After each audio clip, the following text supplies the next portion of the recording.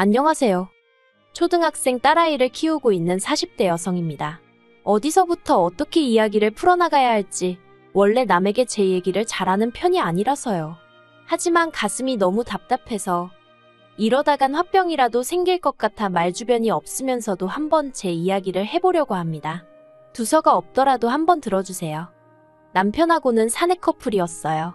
남편이 저보다 3년 먼저 입사하였고 제가 입사했을 때 저를 많이 도와줬지요. 그리고 그렇게 2년 정도 같이 일하다가 남편이 먼저 한번 진지하게 만나보지 않겠냐고 물어왔는데 당시 남편은 여직원들 사이에서 꽤나 인기가 있는 편이었거든요.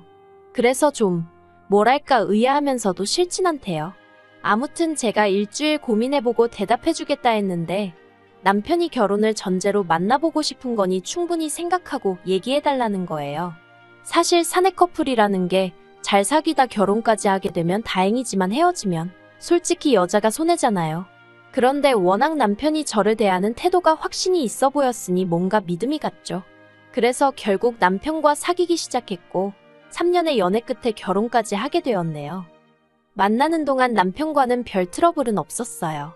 매사 좋은 쪽으로 생각하고 크게 담아두지 않는 남편의 성격 덕분에 다툴 일이 없기도 했고 어쩌다 마음 상하는 일이 있어도 대화로 풀어나가면 됐으니까요. 그래서 결혼을 앞두고 남편에게 그렇게 개차반인 시동생이 있다는 걸 알았을 땐 솔직히 제법 충격적이었네요. 시동생은 남편과는 4살 차이로 저와는 동갑이었는데 그래서 그런가 절대로 형수님 소리를 안 했어요. 그리고 그쪽에서 형수님 소리를 안 하니 저도 똑같이 이름만 불렀거든요. 그랬더니 하루는 시부모님이 저를 불러서는 어째서 이름을 부르냐고 왜 맘먹냐고 하시는 거예요. 황당하더라고요. 그래서 서열로 치면 제가 위인데 이게 어떻게 제가 시동생한테 맘먹는 거냐고 시동생이 저한테 맘먹는 거라고 하니까 어머님이 굳이 따지자면 그렇지만 시동생이 자존심이 워낙 세다 보니 그러나 보다고 저더러 그러려니야 라는 이해 못할 말씀만 하시더라니까요. 아무튼 이건 수많은 일들 중 하나의 예에 불과하고 제가 시동생이 정말 개차반이라고 생각하게 된 건 동서를 대하는 태도 때문이었습니다. 저런 인간도 처복은 있는가 보다 싶을 정도로 시동생에 비하면 동서는 참으로 좋은 사람이었어요. 사람이 어찌나 온순하고 정이 많은지 제가 윗사람인데도 배울 점이 많다 싶었죠.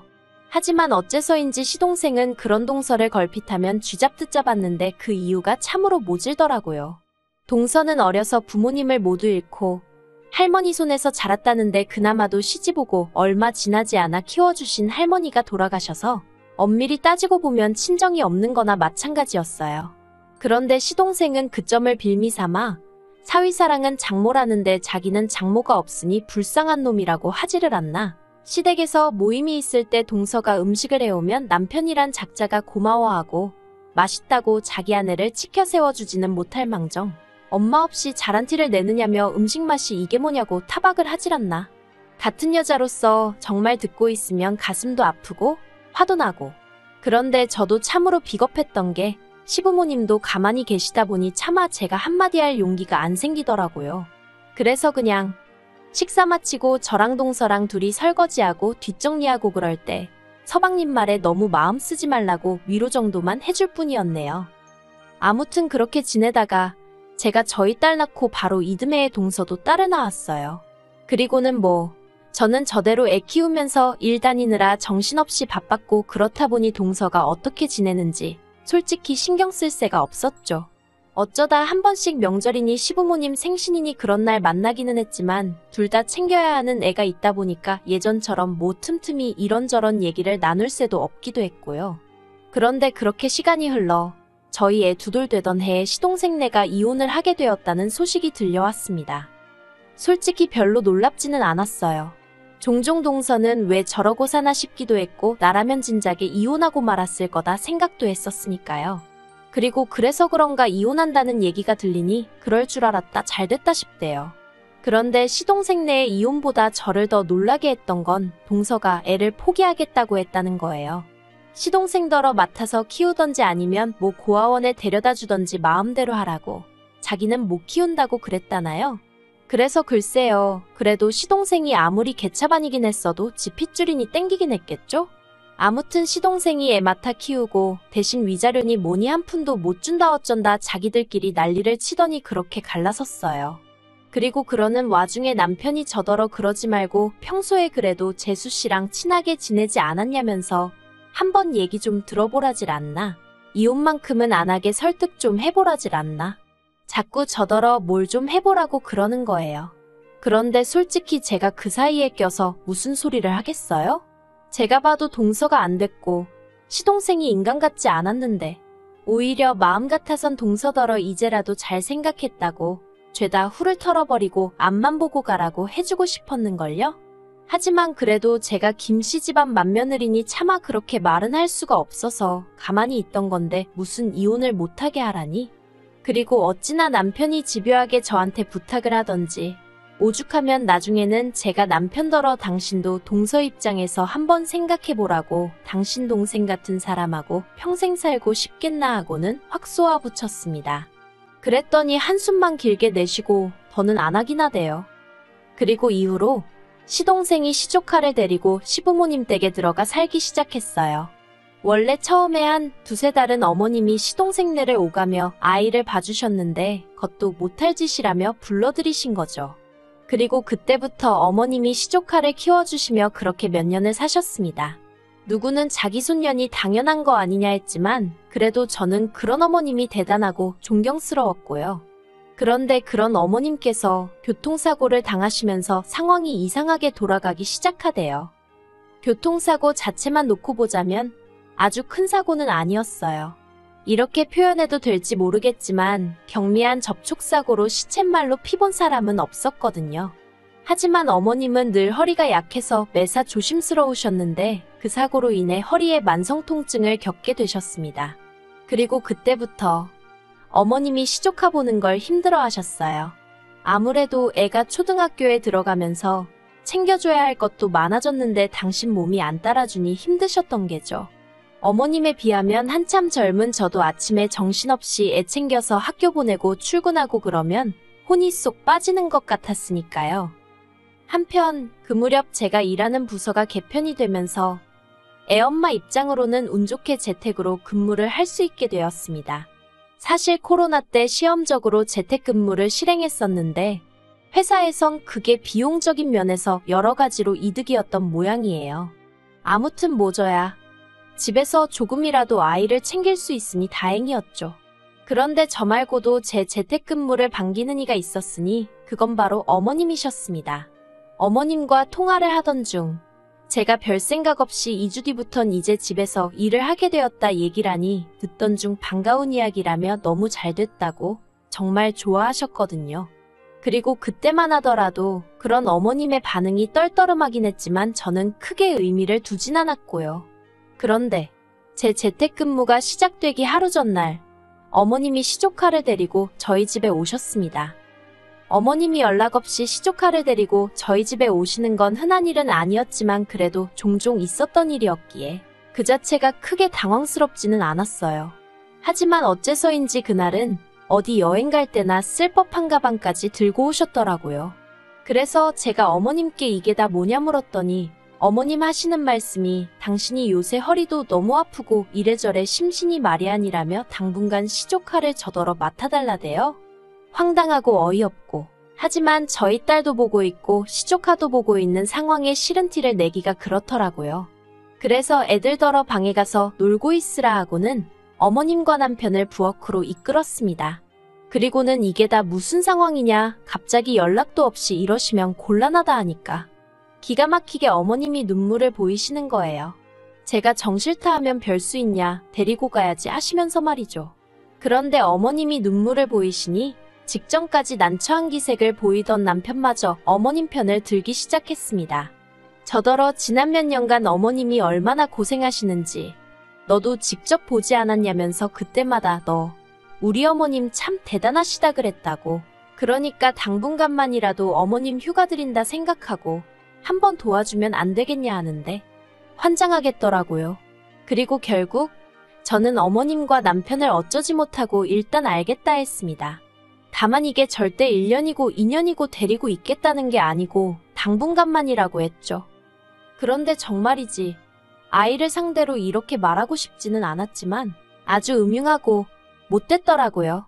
제가 저희 애한테 늘 강조하는 게 사람은 남을 속이면 안 되고 항상 정직해야 한다는 거였는데 보란듯이 옆에서 거짓말을 해대니 미칠 노릇이었죠. 그런데 막말로 제 속으로 낳은 자식도 아니고 시족하다 보니 혼을 내는 것도 쉽지가 않았습니다. 처음에는 제 자식과 똑같이 대한답시고 이러면 돼안돼 몇 번 했는데 어휴, 그걸 지 아빠한테 그러니까 시동생한테 뭐라고 얘기를 한 건지 하루는 시동생이 술을 잔뜩 처먹고 와서는 지혜한테 상처를 준 애만의 별 헛소리를 해대더라니까요. 그래서 그럴 것 같으면 데려가라니까 또 데려가지는 않고 아무튼 무슨 이건 상전을 모시고 사는 것도 아니고 스트레스가 정말 이만저만이 아니었죠. 심지어 한 번은 제가 뻔히 보고 있는데 저희 딸 책이란 책은 다 끄집어내서 늘어놓더니 제가 얼른 치우라니까 저희 딸이 어질렀다는 거예요. 정말 어이가 없어서 제가 나를 뭘로 보고 저러나 싶은 게 게다가 그뿐만이 아니었어요. 어머님 입장에선 그래도 어떻게 보면 저한테 막무가내로 시조카를 맡기신 거잖아요. 그리고 그래서 미안함을 느끼셨던 건지 아니면 맡겨놓으시고도 못 믿어오셨던 건지 아무튼 어째서인지 일주일이나 2주일에 한 번 저희 집에 오셨는데 그럴 때마다 시조카가 어이없는 연기를 해대는 게 아니겠어요? 예를 들어 어머님 오시기 직전까지 이것저것 집안에 있는 온갖 과자며 과일이며 주전부리는 다 먹어치워 놓고 막상 어머님이 오시면 자기는 그냥 밥 안 먹어도 된다면서 제 눈치를 보는 척 하지를 않나. 그러면 어머님은 이제 제가 애한테 먹는 걸로 평소에 눈치를 주는 거냐 하시며 가뜩이나 엄마도 없는 애한테 그러지 말라 하시고 그럼 저는 저대로 억울하니까 그런 게 아니라고 말씀을 드리면 어머님은 또다시 어린애를 상대로 너무 그러지 말라고 하시니 정말이지 이건 당해보지 않은 사람은 모를 거예요. 정말 진짜 제 속을 까뒤집어 보여드릴 수만 있다면 그러고 싶은 심정이었으니까요. 그리고 결국 3개월쯤 되었을 때 저는 없던 신경성 위궤양으로 피까지 토하게 되었고 더는 이렇게는 못 살겠다 싶더라고요. 그래서 시부모님과 시동생더러 당장에 애 데려가라 했습니다. 그리고는 병원 진단서까지 꺼내 보이니 기껏 한다는 말이 너는 왜 이렇게 애가 예민하니 어쩌니 애 하나 휘어잡지 못하니 어휴 그래도 뭐 결국엔 데려갔어요. 그래서 이제 다 끝났다. 난 자유다. 속으로 쾌재를 외쳤죠. 그런데 몇 달이 흘러 올해 초였습니다. 사실 저를 제외한 제 모든 친정 식구들은 미국에 있어요. 저도 학창 시절을 미국에서 보냈기 때문에 시민권이 있고요. 그런데 저희 남편이 이게 참 제 얼굴에 침 뱉기 같습니다만 남편이 막말로 뭣도 아니면서 자기가 뭐 한다고 다른 직원들을 대신해 회사를 상대로 총대를 메고 나섰다가 그만 일자리를 잃었어요. 아무튼 그러면서 졸지에 제가 외벌이가 되었는데 솔직히 눈앞이 깜깜하대요. 남편이나 저나 일하는 업계가 워낙 인맥을 중요시하고 입소문이 빠른 곳이다 보니 이직이 쉽지 않을 건 보나마나 뻔한 일이었으니까요. 그런데 이 얘기를 친정부모님께 하니 그러면 이참에 미국으로 너희도 들어와 하시는 겁니다. 와서 친정가족들이 하는 사업같이 하면서 여기에서 정착하면 되지 않냐고요. 그리고 솔직히 저로서는 그 제안이 싫지 않았어요. 아니, 오히려 어두운 터널에서 한 줄기 희망을 보는 기분이었달까요? 게다가 이야기를 전해들은 남편도 가타부타 따지는 것 없이 좋다 했으니 아, 역시 죽으라는 법은 없구나 싶었죠. 그런데 이 이야기를 전해들으신 어머님께서 또 다시 무리한 부탁을 해오셨습니다. 시조카도 데려가라고요. 그리고 저는 이미 한번 호되게 당한 경험이 있으니 대번에 싫다고 거절했습니다. 어디 한두 달 놀러 가는 게 아니라 아예 정착해서 살 건데 시조카를 어떻게 데려가냐고 말도 안 된다고 했죠. 그랬더니 이번엔 시동생이 한다는 말이 자기가 실은 사귀는 여자가 생겼는데 그 여자는 이혼남은 괜찮지만 애는 못 키운다 한다면서 그렇다고 언제까지 나이 드신 어머님께 자식을 맡길 수도 없지 않냐며 여러 사람 살리는 셈치고 저더러 좀 도와달라대요. 그리고는 저희 딸은 미국에 가면 영어도 잘하게 되고 얼마나 좋겠냐며 자기 딸도 그 기회를 갖게 도와달라고요. 같은 부모로서 조금이라도 나은 환경에 애를 보내고 싶은 시동생 마음을 이해 못할 것은 아니었지만 그렇다고 해도 이건 뭐 얄팍한 동정심과 이해로 결정할 일이 아니었어요. 그래서 그 마음 이해는 하지만 안 된다 했습니다. 그런데 그랬더니 이제 아버님까지 등판을 하셔서는 너 하나만 참으면 나이 먹은 노인네들 숨 좀 돌리고 살 수 있고 불쌍한 네 시동생도 가정 꾸리고 지역마냥 살 수 있을 거고 엄마 없는 불쌍한 아영이도 기 좀 펴고 살게 될 거 아니냐며 어째서 맏며느리씩이나 되는 애가 그렇게 속이 좁냐고 화를 내시는 거예요. 그리고 다른 누구보다도 남편까지 이번 한 번만 어쩌고 하는데 이건 뭐 다들 나를 말려 죽이려고 작정을 했나 싶더라니까요. 그래서 남편더러 당신은 따라오지 말라고 했습니다. 그렇게 시동생하고 어머님이 불쌍해 죽겠으면 당신이 여기 남아서 시조카 키워주라고 했어요. 나는 내 딸만 데리고 미국에 가겠다고 했죠. 그랬더니 남편이 어떻게 자기가 시조카를 돌보냐며 펄쩍펄쩍 뛰었습니다. 그게 말이 되냐면서요. 아니 큰엄마가 시조카를 보는 건 말이 되고 큰아빠는 왜 안 되냐고 했습니다. 막말로 당신하곤 피라도 좀 섞였지만 나는 생판남인데 왜 나는 되고 당신은 안 되냐고 그랬죠. 그러자 남편이 하는 말이 당신은 여자고 나는 남자잖아 하는데 웃기대요. 애 키우는데 여자 남자가 어디냔 말이죠. 그래서 됐다고 말 같지 않은 소리는 할 것도 없다고 그냥 여기 남아서 시족 하나 키우라 했네요. 그리고 제가 본격적으로 딸 데리고 미국 갈 준비를 시작했어요. 학교 등록해야 하니까 서류도 떼고 뭐 이것저것 생각보다 챙겨야 할 게 많았거든요. 그런데 남편에 관해서는 정말 두고 갈 마음이었으니까 아무것도 뭐 제가 찾아보질 않았더니 한 일주일 지나니까 남편이 정말 자기를 두고 갈 거냐면서 슬슬 제 눈치를 살피더니 열흘쯤 됐을 때는 자기가 생각이 짧았다면서 그냥 우리 가족만 가면 된다고 저한테 들러붙기 시작하는 거예요. 그렇지만 이렇게 어설프게 넘어갔다가는 막말로 미국 도착하고 얼마 안 돼서 또 시조카 데려오네 어쩌네 하고 헛소리라도 하면 어쩌나 싶더라고요. 그래서 그냥 남편이 애걸복걸을 하는데도 모른 척하고 딸하고 제 티켓만 끊어서 미국에 왔네요. 그랬더니 이제 남편이 어떻게 이럴 수가 있냐는데 솔직히 이 일로 이혼까지 생각하는 건 아니에요. 다만 제가 마음만 먹으면 남편도 버릴 수 있는 모진엑스라는 걸 이참에 알려주려는 거죠.